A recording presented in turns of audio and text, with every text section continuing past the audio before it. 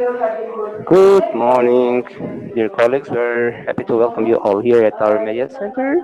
I'd like to inform that today at our media center we have organized a press conference for the assessment of the referendum, and we have invited Armenian organizations, representatives from Armenian organizations, as observers, as well as our European colleagues. European Platform for Democratic Elections representative. So I'd like to introduce our speakers today from Transparency International Anti-Corruption Deputy Director Sonar Vazian, the Law of Europe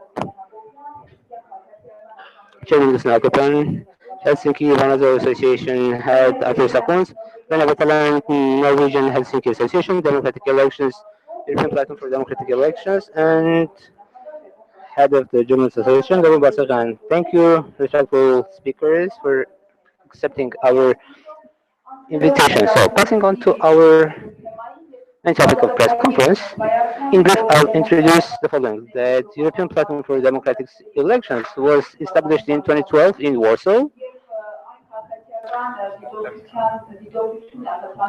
It encourages observance and in European countries and in Russian Federation and other European countries, trying to support the democratic elections. I'd like to give my floor, the first floor to Lena Veteland, who since 2008 has participated in all the elections in Armenia as an observer. And I'd ask respectfully, Lena, please introduce what's the mission of this platform and what are you going to do during the constitutional referendum in Armenia? Чем listen? Zet microfoon at the back.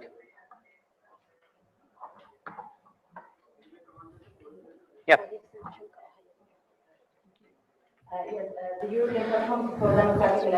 Դեմոկրատական ընտրությունների եվրոպական պլատֆորմը փորձագետներ է տրամադրում ընտրությունների մոնիտորինգի համար բոլոր երկրներից եվրոպական եւ մենք դիտորդական առաքելություն ենք իրականացրել վերջերս Ռումինիայում, Լեհաստանում եւ իրականում առաջին ընտրությունների մեկը որ մոնիտորինգ է ենթարկել դա նախագահական ընտրություններ են եղել Հայաստանում 2013 թվականին նպատակն է հրավիրել տարբեր երկրների փորձագետների եւ փոխանակվել ունեցած փորձով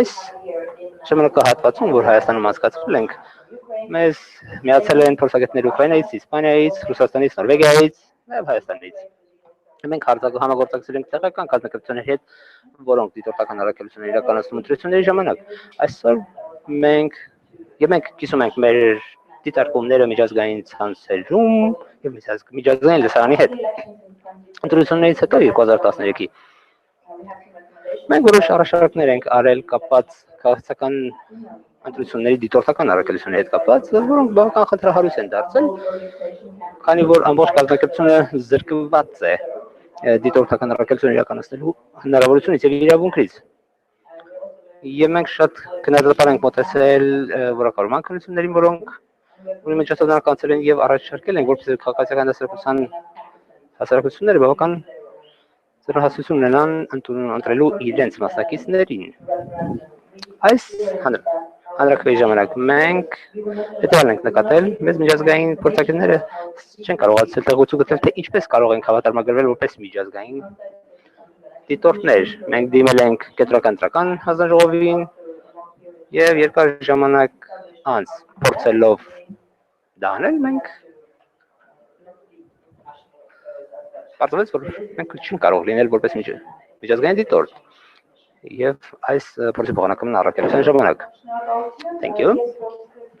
I'd like to give the floor to Sona Evazan. Sona, please introduce the organizational work of the observers. Then I'll give the floor to other speakers.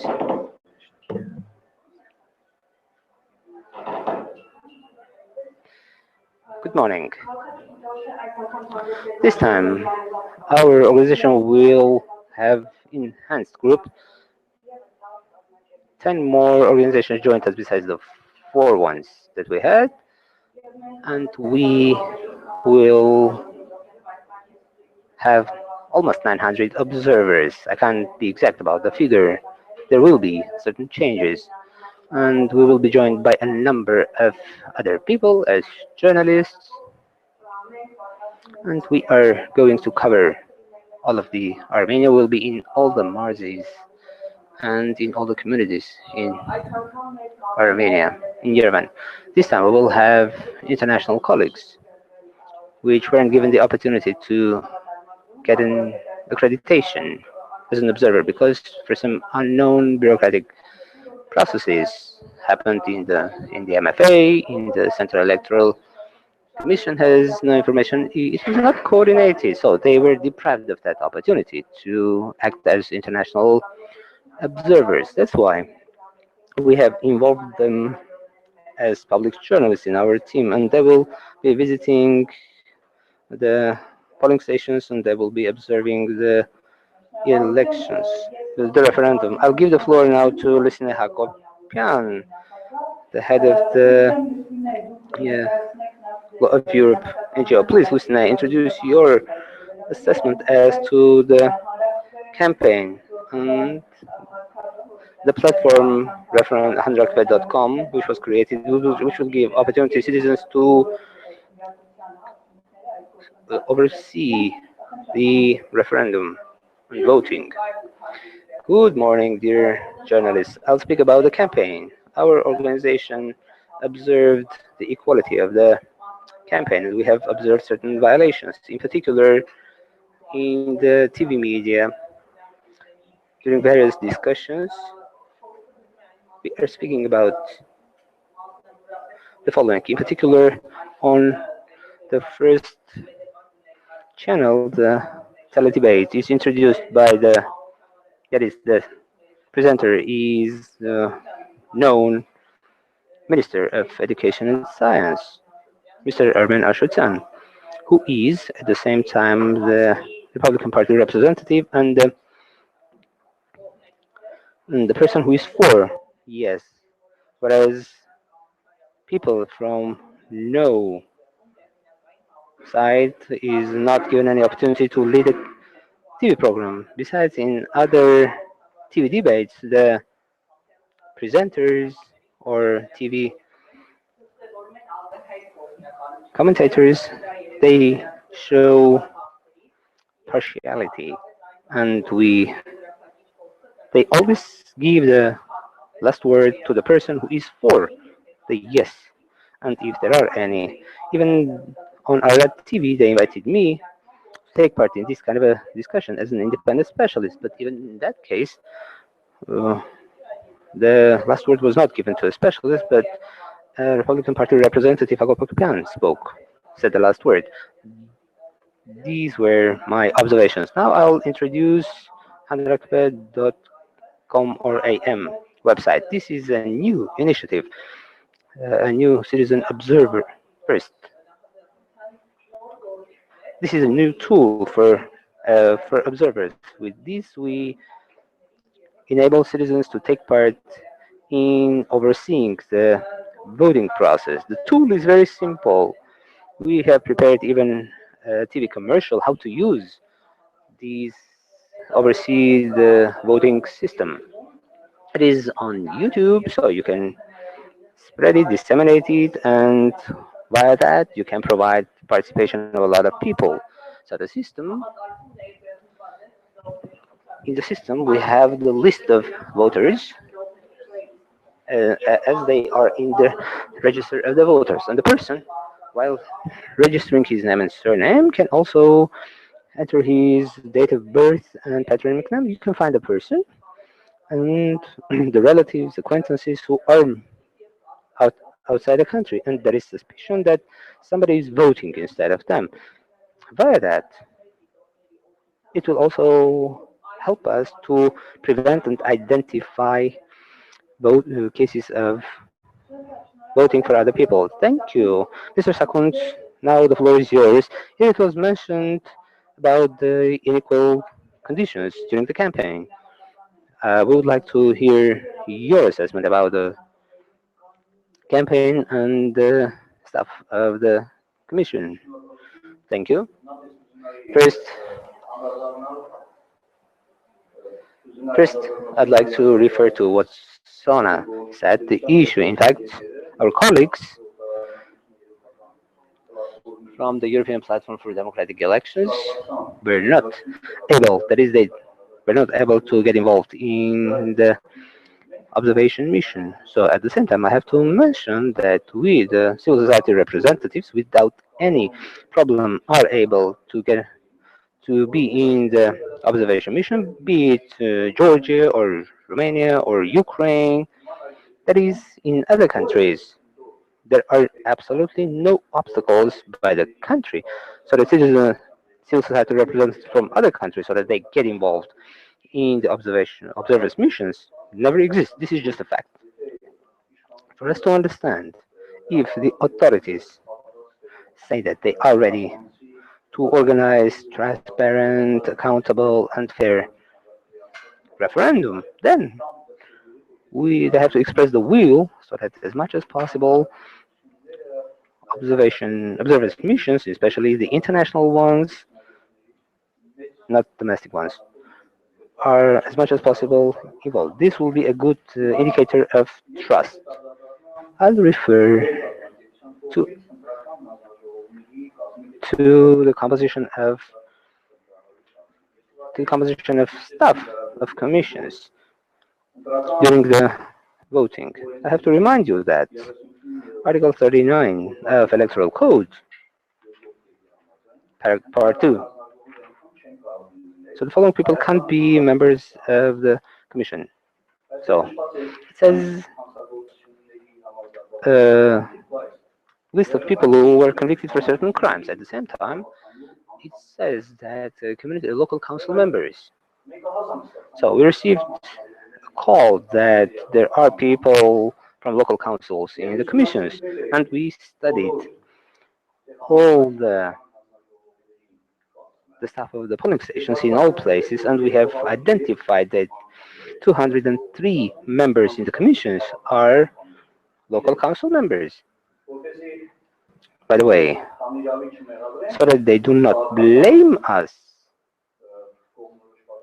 for our political beliefs or orientation, we have to mention the following. First, according to the regions, in Argazotan 18, in Arad 30, in Armavir 7, in Gelkonik 32, I'm speaking about distribution by Marses. In Lori 22, Kotaik 17, Shirak 38, Sunik 17, Vayozor 14, Tavush 8. By the way, 15 local council members from Republican Party, 22 from Armenian Revolutionary Party, that is local council members, that is they introduced the Revolutionary Party, 21 from Prosperous Armenia Party, 12 from the Rule of Law, 10 from Armenian National Congress, and 10 from Heritage Party.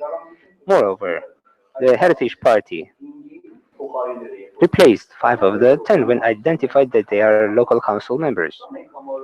This we consider direct usage of administrative resources because the members of local councils, and if they are involved in the voting commissions, by the way, it refers to all the political parties, this is a wide volume usage of administrative resources. Of course, the Central Electoral Commission can say that why didn't you let us know long before? So they should have known about this. And watch the formation of the commission according to the law. This is, by the way, is a reply from our Gyumri colleagues, and the important study of that when the police, instead of giving clear logical answers, start just talking nonsense. That is, we tell them that as to the election list, we have serious problems. What is it conditioned by? 2008, 12, 13. What is it conditioned by? The sharp increase by more than 300,000. And our Gyumri colleagues clearly identified what the mechanism is when in the polling stations So equal number of people has been increased. So as to campaign and our observations about that, it was mentioned about the unequal conditions through media. But please, colleagues, so as to the trespasses to the campaigners during these last 2 days in the Freedom Square during these gatherings, so violations and hindering the movement of the citizens, and when the police says that they are created to prevent any infringements, surprisingly, they learn about these infringements the last, as if it's the first time that in the Republic of Armenia we organize election or referendum. I don't know. They don't know what infringements or what violations there can be. Remember, some time ago we had the opportunity to introduce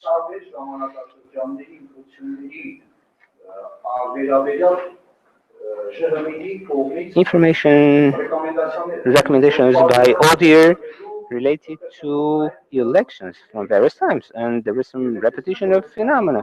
And we see that even this time during this referendum, both the usage of the administrative resources is a free movement, is hindering the free movement of the citizens, and during the campaign, there are unequal conditions. All this has been registered, and it is submitted to the Central Electoral Commissions and to the authorities.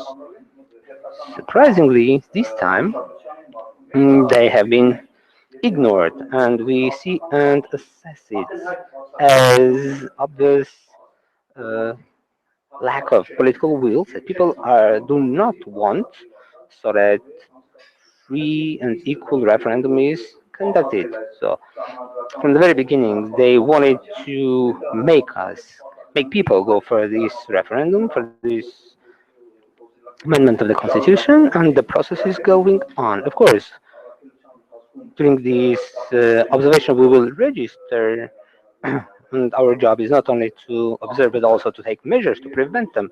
And we hope that we still hope and hope, because it's our country, the police and the electoral commissions, the courts, and law enforcement will take look into elimination of the violations and charging those who violated the laws and about the things that the ODIHR has a number of times mentioned. Thank you, Mr. Sakun. Mr. Barsagian, thank you. Uh, I'm not included in the local councils. So, I'd like to draw attention on two, three factors.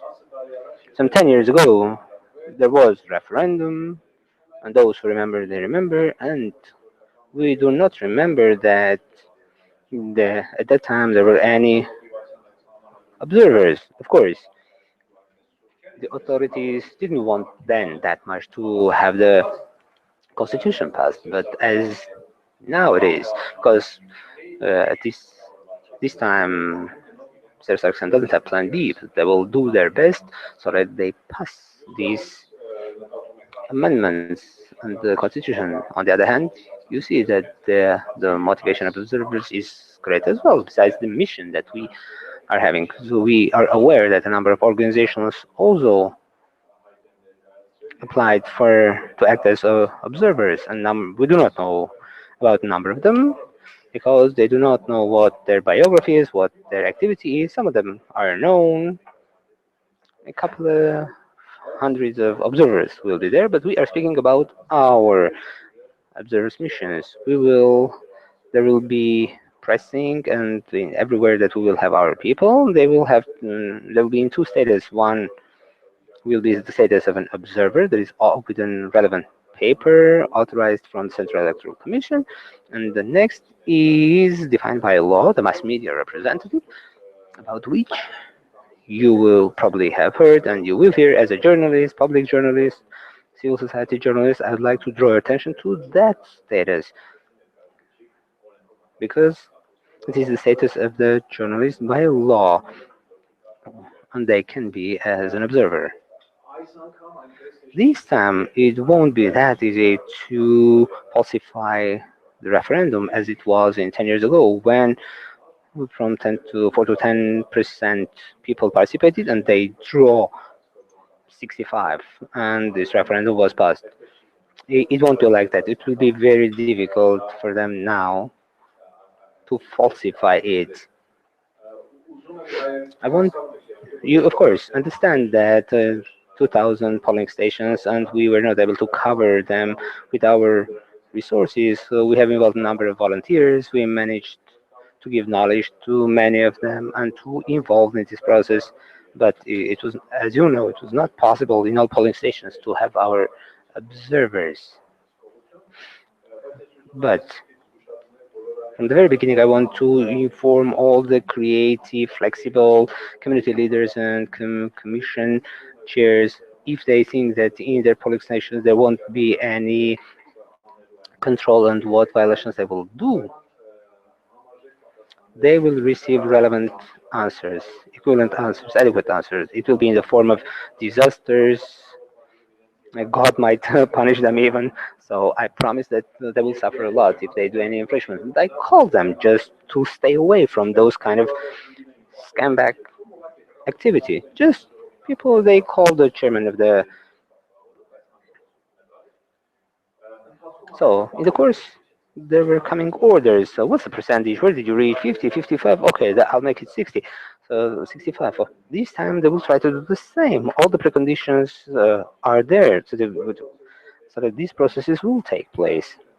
And we will also be attentive. The next factor is the raping of public perception. The rape has this kind of a title. Everything has been decided, as if, as if they inspire this kind of nonsense. They persuade people at the kindergarten stuff that everything has been decided. If you do not if you do not say yes, they will change the director, and Sergic's wife will become director. It will be bad for you, and it happens from top down. Everything has been decided. This is what they preach.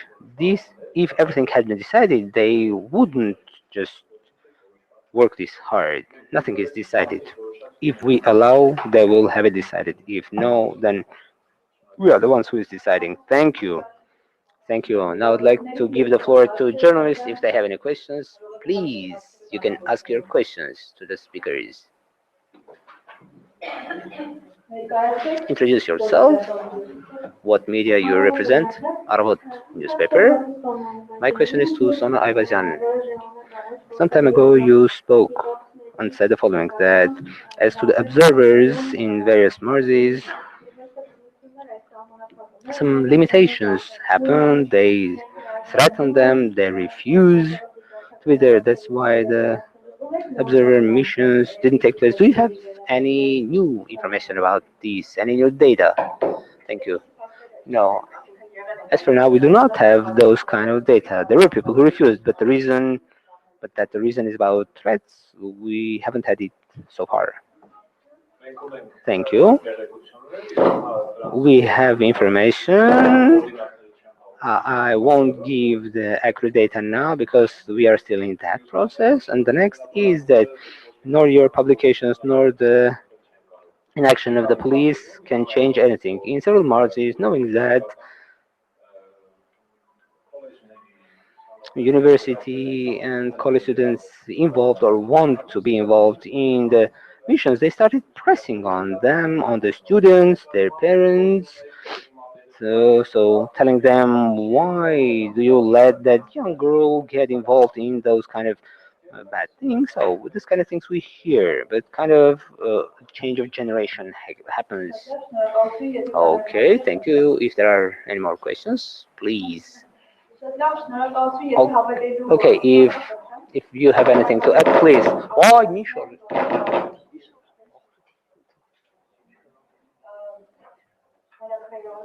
On the referendum day, on transparency.am website, we will have the map of alarm calls, so you can learn what kind of violations happen in this or that polling station and how it is reacted. Please, Mr. Sakuns.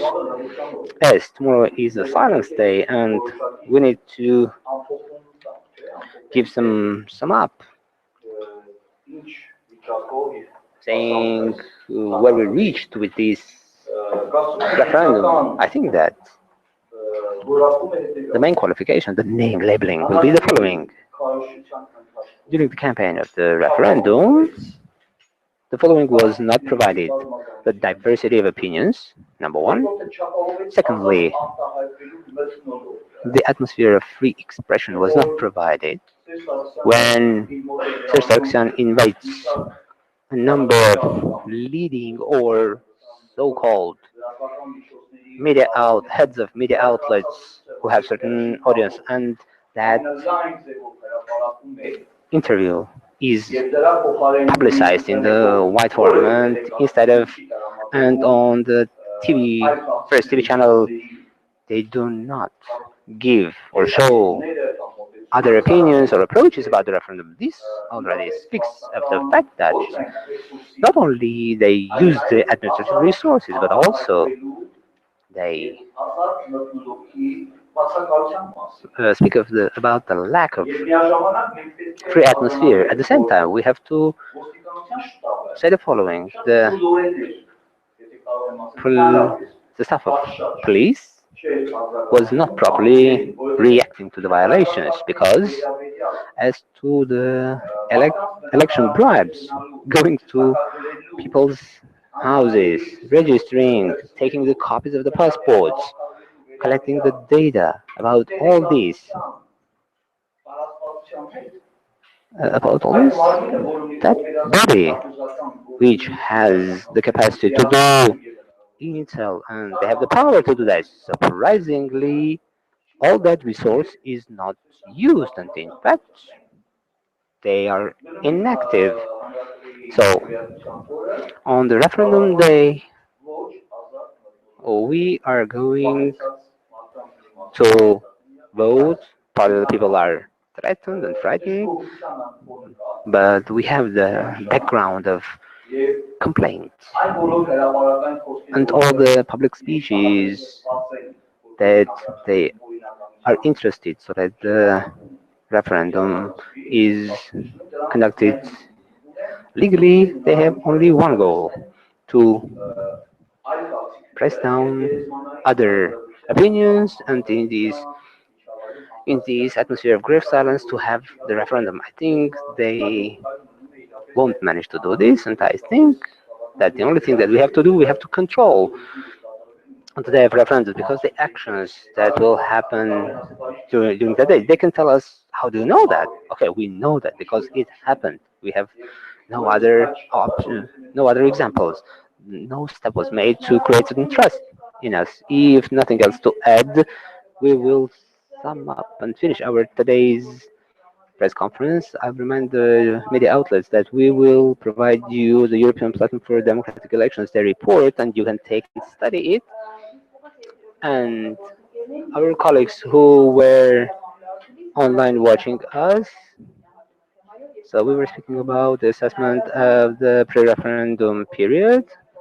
And we had Lucina Hakopian, Sonai Bazian from Transparency International, Artur Sakun, Sopanazor Helsinki Association, Lena Vetelan from Norwegian Helsinki Committee, European Platform for Democratic Elections, Laurent Barsagan for Gyumri Journalists Aspares Club Chairperson. Thank you for participation, and thanks for thanks to the media for coming and participating. Goodbye.